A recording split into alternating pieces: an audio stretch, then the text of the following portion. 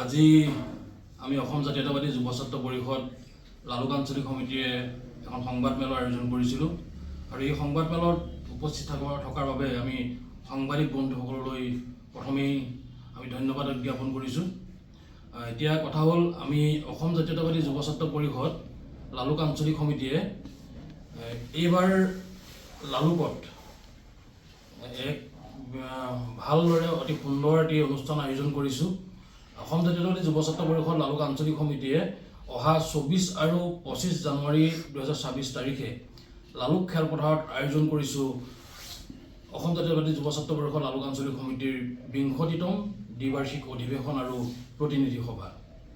আমি এটি বিশেষ আয়োজন কৰিছোঁ আৰু এই আয়োজন কৰা অনুষ্ঠানসমূহ ৰাইজক অৱগত কৰাৰ বাবে আজি আপোনালোক সংবাদ বন্ধুসকলক আমি এই সংবাদ মেলৰ জৰিয়তে নিমন্ত্ৰণ জনাইছোঁ। আমি অহা 24 জানুৱাৰী 2025 তাৰিখে আমি প্ৰথম কাৰ্যসূচী হিচাপে ৰাখিছোঁ যে আমাৰ আঞ্চলিকৰ অন্তৰ্গত যিসমূহ শাখা আছে সেই শাখাসমূহক একগোট কৰি এখন ক্ৰিকেট খেলৰ ব্যৱস্থা কৰিছোঁ। লগতে আমি তাৰ সমান্তৰালভাৱে আমি কুইজ প্ৰতিযোগিতা ৰাখিছোঁ। অঞ্চলটোৰ ছাত্ৰ ছাত্ৰীসকলৰ ভৱিষ্যতৰ বাবে গুৰুত্ব আৰোপ কৰি আমি কুইজ প্ৰতিযোগিতা ৰাখিছোঁ।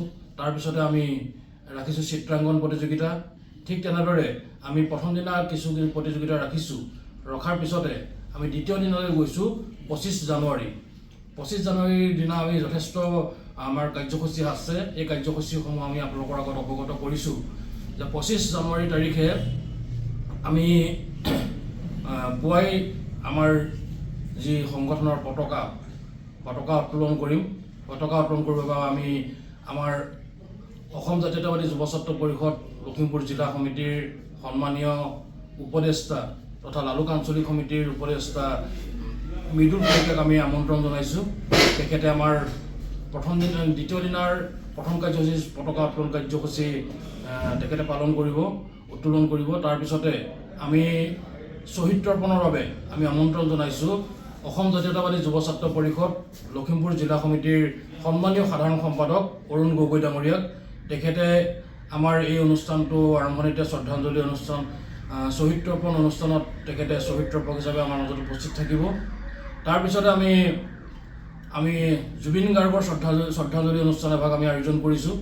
এই জুবিন গাৰ্গৰ শ্ৰদ্ধাঞ্জলি অনুষ্ঠানত আমাৰ অসম জাতীয়তাবাদী যুৱ ছাত্ৰ পৰিষদ লখিমপুৰ জিলা সমিতিৰ সন্মানীয় সভাপতি জগত শইকীয়াদেৱক আমি আমন্ত্ৰণ জনাইছোঁ আৰু তেখেতে আমাৰ এই জুবিন গাৰ্গৰ শ্ৰদ্ধাঞ্জলি অনুষ্ঠানত তেখেতে শ্ৰদ্ধাঞ্জলি জনাব আৰু তাৰ লগতে সমান্তৰালভাৱে আমি সেই মুহূৰ্ততে আমাৰ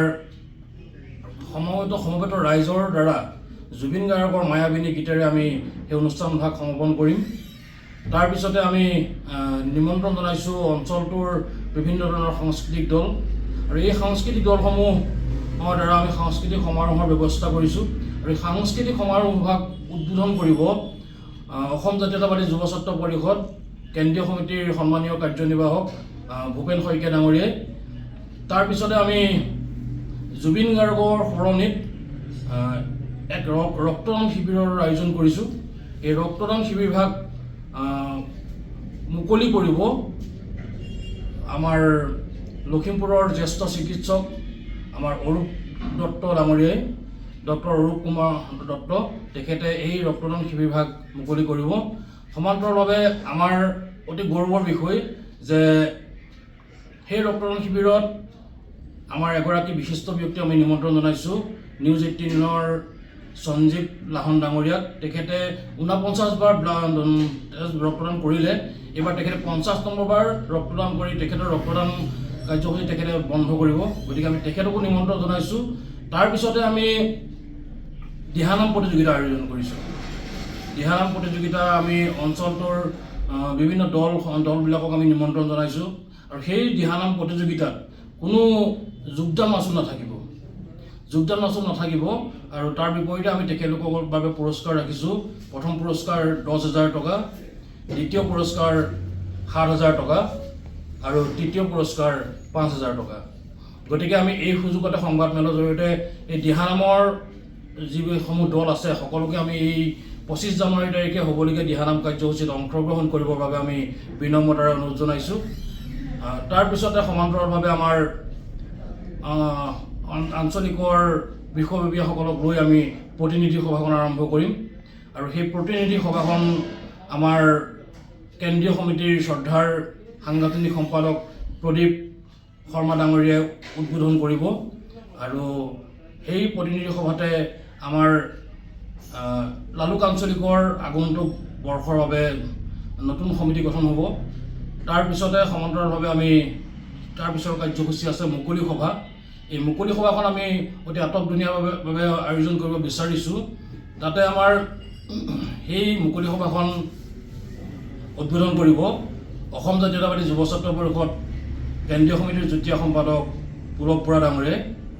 আমাৰ সেই অনুষ্ঠানত মুখ্য অতিথি হিচাপে উপস্থিত থাকিব অসম জাতীয়তাবাদী যুৱ ছাত্ৰ পৰিষদ কেন্দ্ৰীয় সমিতিৰ সন্মানীয় সভাপতি পলাশ চাংমাই ডাঙৰীয়া।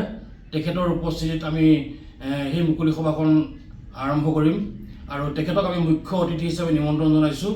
আৰু সেই সভাতে আমাৰ বাবে অতি সুখবৰ যে অসম জাতীয়তাবাদী যুৱ ছাত্ৰ পৰিষদ কেন্দ্ৰীয় সমিতিৰ সন্মানীয় সাধাৰণ সম্পাদক বিজন বায়ন ডাঙৰীয়া উপস্থিত থাকিব আৰু তেখেতক আমি নিৰ্দিষ্ট বক্তা হিচাপে সেই সভাখনলৈ আমন্ত্ৰণ জনাইছোঁ।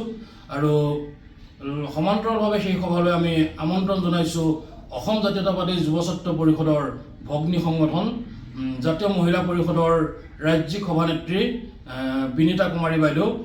তেখেত গুৱাহাটীৰ পৰা আহি আমাৰ মাজত উপস্থিত থাকিব।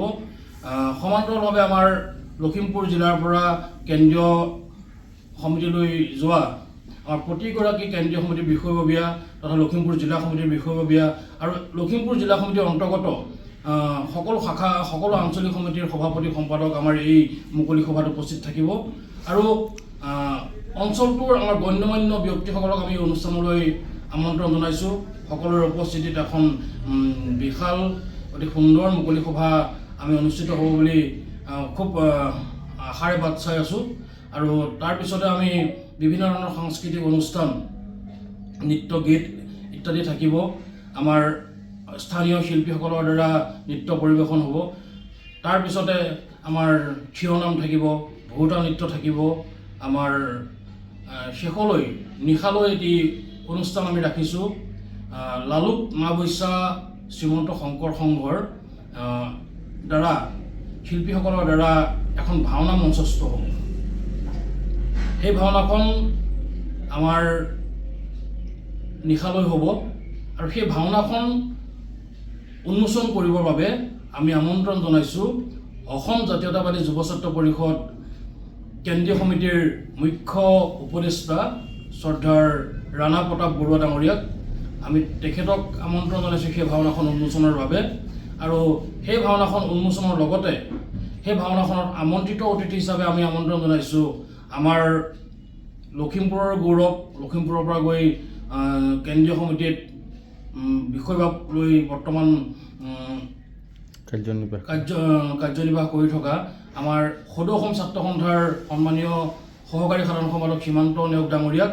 তেখেতো আমাৰ মাজত সেই ভাওনাখনত উপস্থিত থাকিব। গতিকে আমাৰ এই দুদিনীয়া যি কাৰ্যসূচী, এই দুদিনীয়া কাৰ্যসূচীত আমি ৰাইজৰ সম্পূৰ্ণ সহায় সহযোগিতা কামনা কৰিছোঁ। আৰু লালুক